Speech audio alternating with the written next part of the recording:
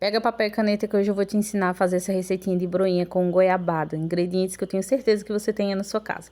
Numa tigela você vai colocar 100 gramas de farinha de trigo sem fermento, 100 gramas de fubá mimoso, 100 gramas de açúcar cristal, 80 gramas de margarina, adiciona também aí um ovo e 5 gramas de fermento em pó.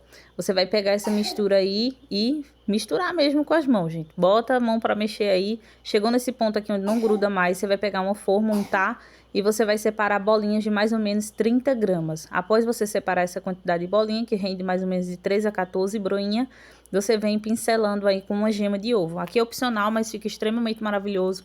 E eu aconselho muito vocês colocar cubinhos de goiabada. Então você vai colocando aí em cima. Em seguida você já leva para o forno pré-aquecido, 180 graus por mais ou menos 20 a 25 minutos. E aí ela já está pronta. Espero que vocês tenham gostado dessa receitinha.